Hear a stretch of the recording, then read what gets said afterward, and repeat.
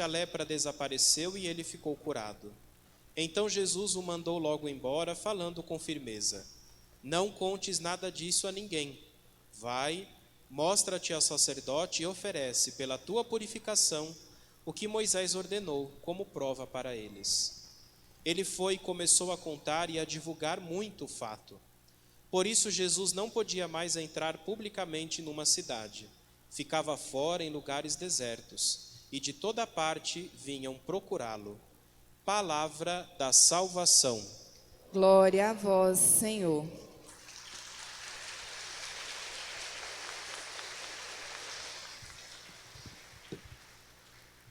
Louvado seja nosso Senhor Jesus Cristo. Para sempre seja louvado.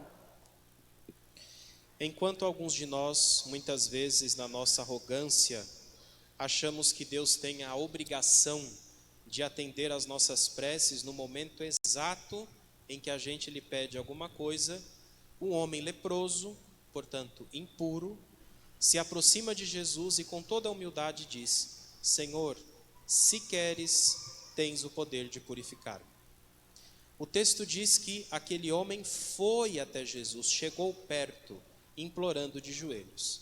Certamente, ao redor dele, havia muitos outros leprosos escondidos, mas muitos tiveram vergonha de se mostrar, tiveram vergonha de aparecer devido à sua condição.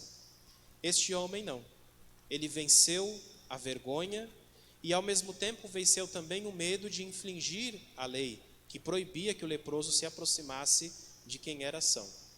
Este homem foi curado porque ele quis, porque ele teve a coragem de se pôr a caminho e principalmente porque acreditou no poder de Deus.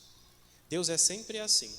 Se a gente se põe à disposição para trilhar o caminho, todos os passos que faltam é Ele quem dá, porque Ele quer sempre nos abraçar e nos acolher junto de si.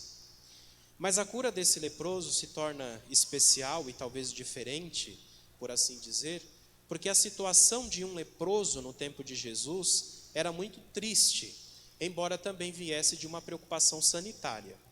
O leproso era alguém que vivia residindo numa espécie de cavernas, escondido, onde com ele moravam igualmente outros leprosos.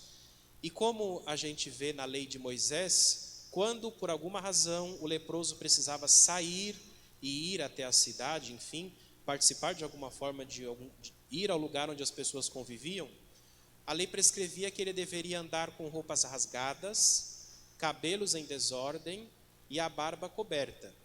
E deveria sair gritando: impuro, impuro, para que as pessoas se afastassem e ele pudesse então passar, né? Depois, com o tempo, ainda deram para o leproso um sininho, para que além de sair gritando impuro, impuro, ele também saísse tocando e assim todos pudessem afastar-se dele. É claro que havia, como eu disse, a preocupação de fazer com que a doença não se propagasse, mas também havia bastante exagero, e principalmente do ponto de vista religioso. Na mentalidade do povo no tempo de Jesus, Deus distribuía suas recompensas e também os seus castigos de acordo com o comportamento de cada um. Então, uma doença terrível como a lepra, tida como algo repugnante, só podia ser encarada como uma terrível maldição, consequência de um pecado grave, que ou o próprio doente cometeu, ou então seus pais, enfim, né? Então o leproso era considerado um pecador, um amaldiçoado por Deus, indigno de pertencer à comunidade do povo, e nesse caso, era também indigno de frequentar o templo e ouvir as palavras da lei. Um parênteses, um personagem que no passado teve a coragem de aproximar-se de um leproso, enquanto todos afastaram-se dele, foi São Francisco de Assis. Num episódio de sua vida, um leproso saiu exatamente como prescrevia-se no tempo de Jesus, gritando impuro, impuro, tocando o sininho. Enquanto todo mundo se escondeu dentro de casa, São Francisco foi-lhe ao encontro e lhe acolheu, lhe deu um grande abraço. Esta cena está no filme Irmão Sol, Irmã Lua, que é o filme que relata a vida de São Francisco e também de Santa Clara. Vale a pena assistir. Mas voltando ao Evangelho, percebam que, ao pedido do leproso: Senhor, se o Senhor quer, o Senhor pode me purificar? O texto diz, em primeiro lugar, que Jesus ficou cheio de compaixão. Paixão é uma palavra que significa sofrimento, mas aqui, compaixão, significa sofrer com.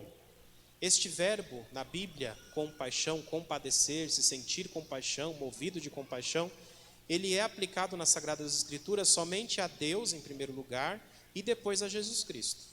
Somente eles são capazes de sentir dentro de si a nossa dor.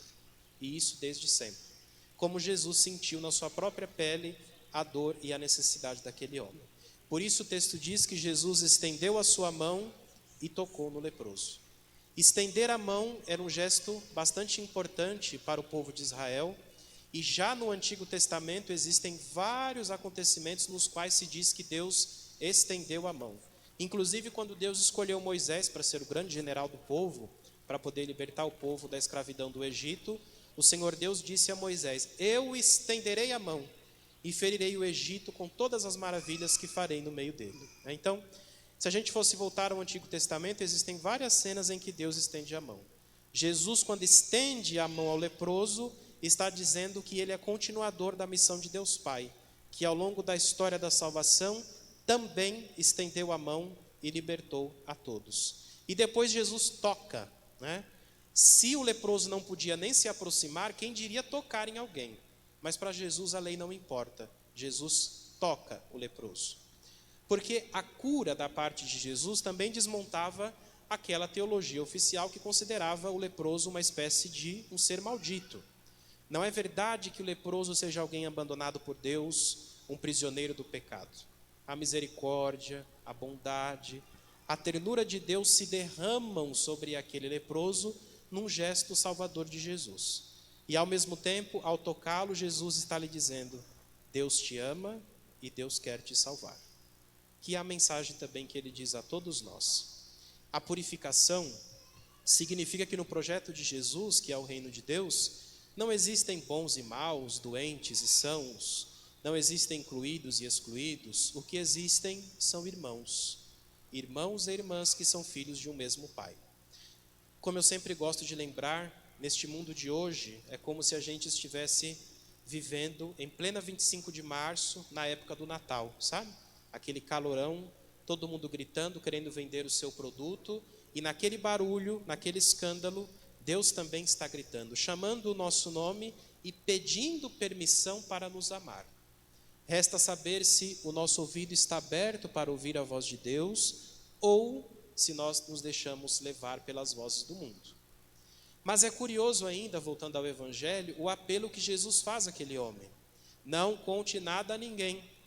Vai, mostra-te ao sacerdote e oferece pela tua purificação o que Moisés ordenou. Não sei se vocês já se perguntaram alguma vez por que será que Jesus, em algumas ocasiões, quando realiza a cura, pede ao curado que não conte nada a ninguém.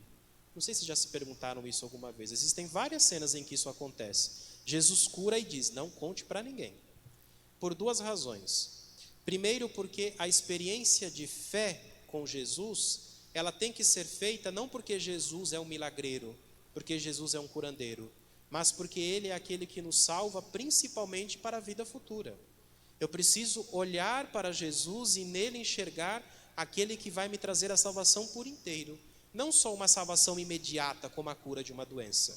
Por isso que Jesus não queria que a notícia se espalhasse. Cada um tem que fazer a sua experiência pessoal com Jesus. Se eu perguntasse aqui agora a esta assembleia: quem é Jesus Cristo para você? Sairiam respostas diferentes, porque cada um tem a sua experiência com Ele, né? Por isso que Jesus pedia às pessoas para que não contassem quando realizava as suas curas. Por outro lado, também porque a cura dos leprosos era um dos sinais que identificava a chegada do Messias.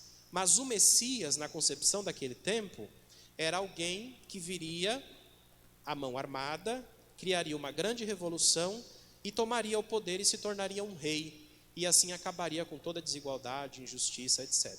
Essa era a mentalidade de Messias que o povo tinha naquele tempo. Então, Jesus também pede o segredo para que as pessoas não acreditassem nele enquanto Messias nesta concepção. Não acreditassem que Jesus era o Messias, diríamos, errado. Porque Jesus era sim o Messias, mas não aqueles que as pessoas imaginavam. Mas, ainda assim, curioso, o texto diz que tão logo foi curado, o homem já começou a contar e a divulgar muito fato, assim diz o texto, né? O Evangelho quer justamente sugerir que quem faz a experiência com Jesus, experimenta sobretudo o seu poder, sente necessariamente a necessidade de comunicar isso aos outros. Como nós também deveríamos sentir a necessidade de, ao sair de cada missa, ao sair de cada momento de oração, comunicar o Senhor àqueles com quem nós nos encontramos pelo caminho. Porque a experiência com Jesus tem que ser uma experiência fascinante. Algo que realmente nos traz uma alegria tão grande que a gente sente a necessidade de compartilhar com os outros. E Jesus pede também, por fim, que este leproso se apresente ao sacerdote. Porque naquele tempo o sacerdote, ele era juiz, ele era sacerdote, ele era médico, ele era praticamente tudo, né? Então, era o sacerdote quem concedia uma espécie de atestado para o doente, para dizer que ele estava curado, e assim ele pudesse voltar ao convívio social. Por isso que Jesus diz, vai até o sacerdote, se apresente para ele, para que você possa ter a sua vida restabelecida. Todo esse acontecimento, esse episódio, não se refere mais somente a um certo leproso que há muitos anos atrás, lá na Galileia, se encontrou com Jesus, mas se refere hoje à igreja, em primeiro lugar, e depois a cada um de nós. Nós somos, ou pelo menos devemos ser, o leproso que grita para Jesus, se o Senhor quer, o Senhor pode me purificar. Hoje também somos nós os leprosos. Somos nós, às vezes, os sujos. Somos nós, às vezes, precisando de cura, a cura de um coração amargurado, a cura de um coração que não consegue se abrir ao perdão, a cura de um coração carregado de ódio, de rancor, de ressentimento. De qual lepra o Senhor precisa hoje me curar? Cada um tem que se perguntar e dar a resposta a si mesmo. Qual é a lepra que o Senhor precisa curar em mim? Uma dessas lepras, diz o apóstolo Paulo na segunda leitura, pode ser a vaidade. Ele diz, o apóstolo, fazei tudo para a glória de Deus. Ele diz isso aí na segunda leitura que nós ouvimos, fazer tudo para a glória de Deus. De fato, fazer tudo não para que a gente se engrandeça, não para que a gente se sinta superior aos outros, algo que pode acontecer até na igreja. Gente que acha porque usa o microfone é mais importante do que os outros. Ou porque usa um jaleco e talvez esteja mais próximo do padre, acha que tem mais autoridade ou mais poder para alguma coisa. Que pena. Se está na igreja para a vaidade, retire-se. O lugar para exibicionismo não é aqui. Não é a igreja. Não é a igreja e nem é canto nenhum.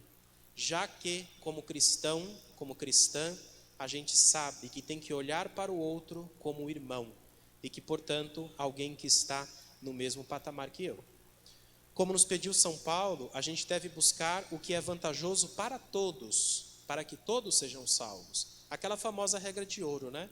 Faça aos outros aquilo que você gostaria que fizessem a você. Só para falar, não sei se vocês devem ter experimentado já isso, para falar de novo da fofoca, né? Vocês já botaram reparo que a pessoa que fala muito dos outros, quando ela sabe que estão falando dela, ela fica atordoada? Já pararam para preparar isso? Né? A pessoa fala de todo mundo, quando ela sabe que o nome dela está rodando, ela fica louca. Né? Quer dizer, ela tem o direito de falar de todo mundo o que ela quiser. Quando começam a falar dela, meu Deus, falta morrer de depressão. Né? Então, a regra de ouro continua valendo. Fazer aos outros o que você quer que façam a você. Para nós, portanto, hoje ficam estas 3 lições.